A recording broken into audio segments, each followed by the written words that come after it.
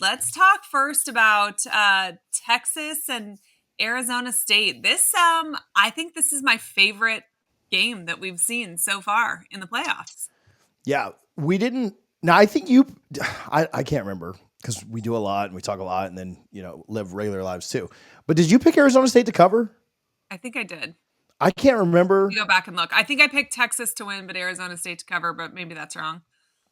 I In my can't remember either revisionist way. mind, that's correct, but I kind of remember you picking them to cover and me not, but it yeah, could have been flipped or we both could have picked Texas. I really don't remember. But like, we need to go back I and look. certainly didn't expect this. When it I was mean, 14-3 and they scored, Arizona State went down. I thought Arizona State should have gone for it on that first drive. yeah. And they ran a quarterback draw on 3rd and 5 straight up the middle against a top 5 defensive line in the country. I thought that was a terrible call, but I was like, okay, well, they just wanted a couple yards, so it would be 4th and short. So like, I'm kind of Mhm. okay with this. Yeah. And they kicked the field goal, which they missed or which they made. So that's fine.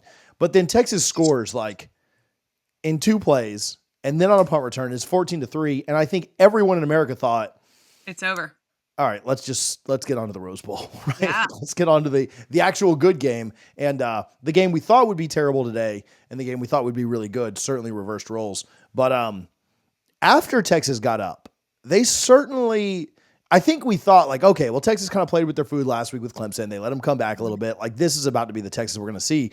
Yeah. And Texas did it again. Like they let Arizona hang around way too much in this thing. Yes. And it almost bit them in the you-know-what.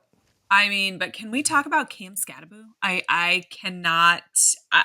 I mean, he is maybe the most exciting player to watch in college football. I just, Game Day did a couple pieces on him today that was interesting to see. And, and to be completely honest, I'm not paying that close attention, to Arizona State during the regular season. I'm just not. I knew Cam's name because, he was racking up the yardage all year long, but not somebody that I necessarily played intense, you know, scrutiny to throughout the course of the season. But damn, he is so good, so fun to watch. He is a little bit cocky, but I feel like he completely backs that up with his play.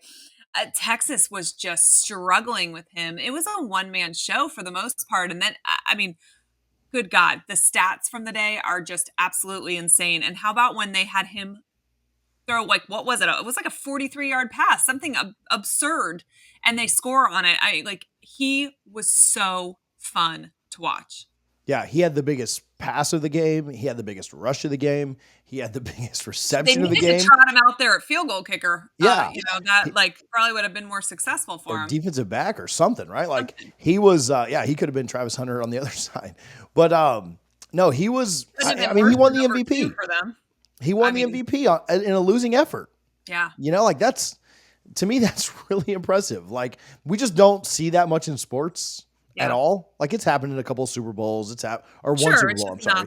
Not the norm. No, not at all. And he kept them in it. And they limited him in the first half. They did a really good job of keeping him down. They outgained Texas by over 100. Like they outgained Texas pretty significantly.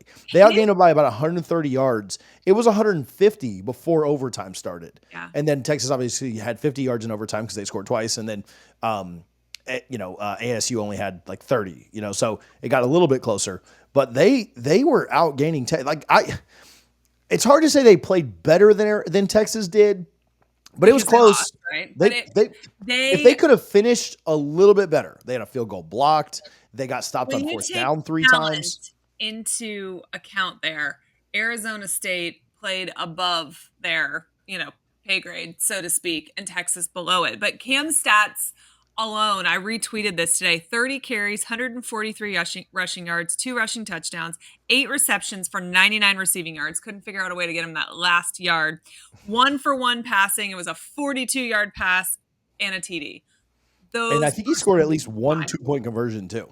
Just absolutely wild. I mean, so fun to watch. And surely Arizona State as a whole, when you think about the turnaround just in the course of a year, is so incredibly impressive and kind of a testament to what can happen if you, in this NIL era that we're in, transfer portal era, how you can flip a roster, flip a team in 1 year. All those programs that tell you, you need 4 or 5 years. Maybe you don't. Yeah. Are you seeing Texas do this back to back games and seeing who their opponent is, which we'll talk about here in a minute? Are you a Sure. little concerned for Texas? Like, I don't think their offense was good enough. Now, they Yeah. won, but if you'd have told me, obviously the overtime stats count, but it's hard to Yeah. count overtime Sure. stats for. They scored 17 points and you can't take away the punt return. So like Yeah. Texas fans will get on, oh, you can't if you take a play away, take away their trick play. Absolutely. I get that. But if you take away the punt return, if I'd have told you that Texas was only scoring 17 in this game when we Yeah. previewed it on Sunday, you'd have probably said like Arizona State's got a pretty good chance to win. Like Yeah. they only scored 17 points in regulation Right. without that punt return. I didn't Right. think their offense was nearly good enough. Now, when you are an SEC team, when you are a top 5 program in the country, when you're a top with 25 yards to go, I think you're going to score more often than not, right? So Sure. overtime, you have a little bit of an advantage. But Yeah. I didn't think Texas offense was good enough, and they got to fix that because Yeah. it wouldn't matter if they played Oregon, Ohio State, Notre Dame, like that. That's going to be a problem in the next round, in the next 2 Sure. rounds, if they don't start to get that cleaned up. Quinn didn't look great. Right. People were asking like, is Arch going to go in after the interception? Yeah. The interception was terrible. Yeah. Like you're up by 8. What are you doing here? And so I don't know. I think Texas offense, they're rushing. They had like 50 yards rushing. They had like Yeah. 300 against Clemson. I don't Yeah. know. I was very unimpressed. And I'm not trying to take credit away from Arizona State's defense, but come on. I mean, Well, it's Texas. so with Texas, what I will say is this. I think good teams figure out a way to win, right? And Texas has done that. It's not pretty. It's definitely not always pretty. I don't think that and I think if their opponent had been tougher this year, or excuse me, this day, it could have not gone in their favor. But I do feel like Texas is battle tested, and I feel like good teams find ways to win, even if it's ugly. And I think there's a great chance that that's what we saw. I also just have questions about Texas's offensive play calling. This is something that I have kind of mentioned to you, a few weeks in a row here. I just think sometimes Texas is Texas's own worst enemy. We all know I'm not a massive fan of head coaches being offensive coordinators, and I think that sometimes Texas is the perfect example of why that is. I I don't know. And yours was not great. He has had a roller coaster year. And when he's good, he is the top echelon of college football. But he has had some off moments, and we saw that a little bit today. Yeah. I mean, yeah, you're right. They found a way to win. And I think a lot of times when you're a more talented team, you do end up coming out on top, even Yeah. when a team like Arizona State, who we talked about was really hot to end the year, Yeah. despite competition, they were still, the one thing about, who have they played, Arizona State's not like they won. The way they were winning was so impressive because they don't have a roster that's built like Texas, right? Like they weren't a roster that was built like Texas is, Right. beating Big 12 teams. They were Sure.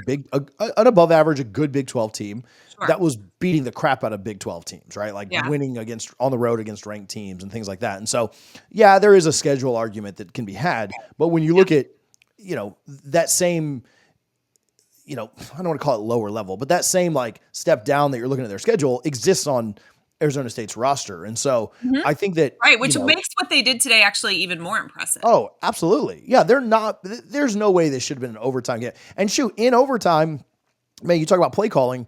Man, I know that Kenny Dillingham and that staff have to be kicking themselves because on that 4th and 13, when they were getting pressure Yes.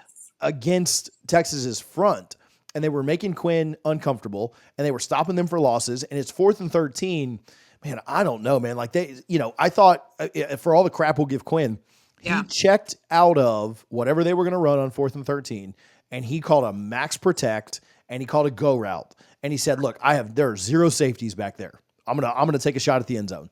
And to me, once they scored that, it was like, they're probably going to win this. Like that 4th and 13 to me was the difference. And I mean, yeah, you as a coach, you got to be second guessing every decision you make when you don't win, and even when you do win.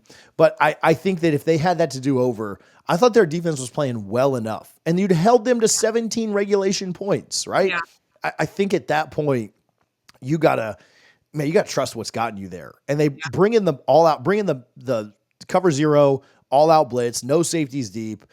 the guy beat his, the wide receiver, was it Golden maybe, beat his DB off the line. And it was just, as soon as he let the pass go, you said, well, that's a touchdown, right? Like that, Right. he's behind him. That's it.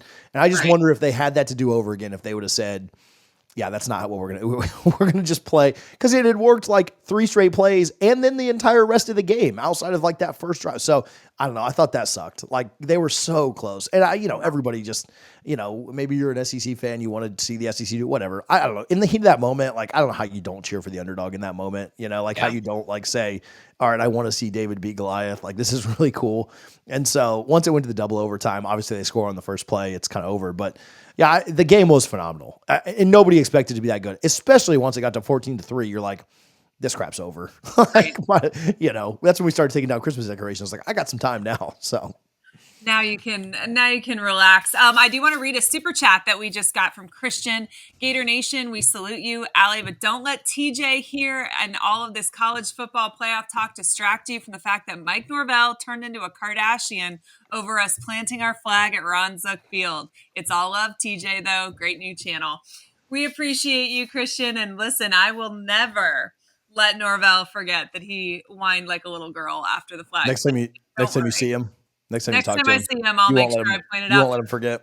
I'll rag TJ the entire off season. Don't worry. He will not. They will not live that down. Definitely not. Yeah, no, I have no comment on that one. Yeah. We're in 2025. Let's leave the past in the past. But yeah, Texas becomes. How about this? This was interesting. Our buddy Jerry Hamilton pointed this out. Texas is the first team. This has nothing to do with the game, but that has